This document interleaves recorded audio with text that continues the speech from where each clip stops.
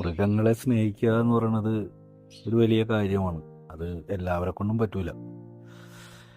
മനസ്സിൻ്റെ ഉള്ളിൽ അല്പം കരുണയുണ്ടെങ്കിൽ മാത്രമേ നമുക്ക് സഹജീവികളോട് ഒരു കാരുണ്യം ഉണ്ടാവുള്ളൂ. ഇന്ന് കാലം മാറിപ്പോയി. മനുഷ്യൻ്റെയൊക്കെ സ്വാർത്ഥമായ ചിന്തകളും രാഷ്ട്രീയപരമായ മുതലെടുപ്പുകളൊക്കെ കിടക്കുന്ന ഈ കാലഘട്ടത്തിൽ ഇതുപോലെ പെറ്റുപെരുകുന്ന ജീവികൾക്ക് കോടതിയോ അല്ലെങ്കിൽ വക്കീലോ അല്ലെങ്കിൽ അവരുടെ സങ്കടങ്ങൾ പറയാനുള്ള സംഘടനകളോ ഒന്നുമില്ല. മനുഷ്യർക്കിടയിലാണ് അവരും ജീവിക്കുന്നത്. അവർക്കൊന്നും ആവശ്യമില്ല വീടോ കുടുംബമോ. കുട്ടികളുണ്ടാവും, നമ്മളെ പോലെയൊക്കെ തന്നെ കുട്ടികളുണ്ടാവും.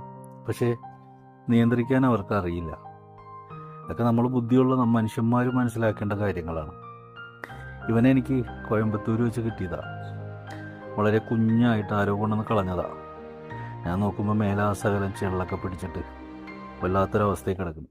എനിക്ക് ഇട്ടിട്ട് പോകാൻ തോന്നിയില്ല. ഞാൻ അവനെ ഉടൻ തന്നെ കോയമ്പത്തൂരുള്ളൊരു ഹോസ്പിറ്റലിൽ എത്തിച്ചു. അങ്ങനെ അവൻ്റെ ശരീരമൊക്കെ ക്ലീൻ ചെയ്ത് റെഡിയാക്കി. പിന്നെന്ത് ചെയ്യും, അവനെ കൂട്ടിക്കൊണ്ട് പോന്നു. ഇന്നിപ്പോൾ വീട്ടിൽ കൊണ്ടുവന്ന് അവൻ വളർന്ന് ഇത്രയായി.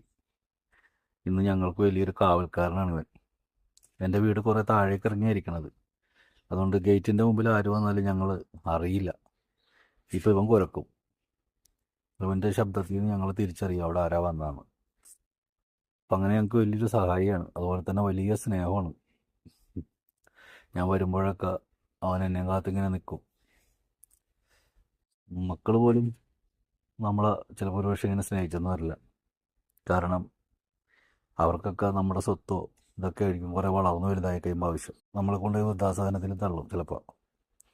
പക്ഷേ ഇവ നമ്മളോടൊപ്പം ഉണ്ടാവും. അത് സ്നേഹിച്ച് നോക്കിയാൽ മാത്രമേ മനസ്സിലാകുള്ളൂ. അതിനോട് സ്നേഹിക്കാനുള്ളൊരു മനസ്സുണ്ടാകണം.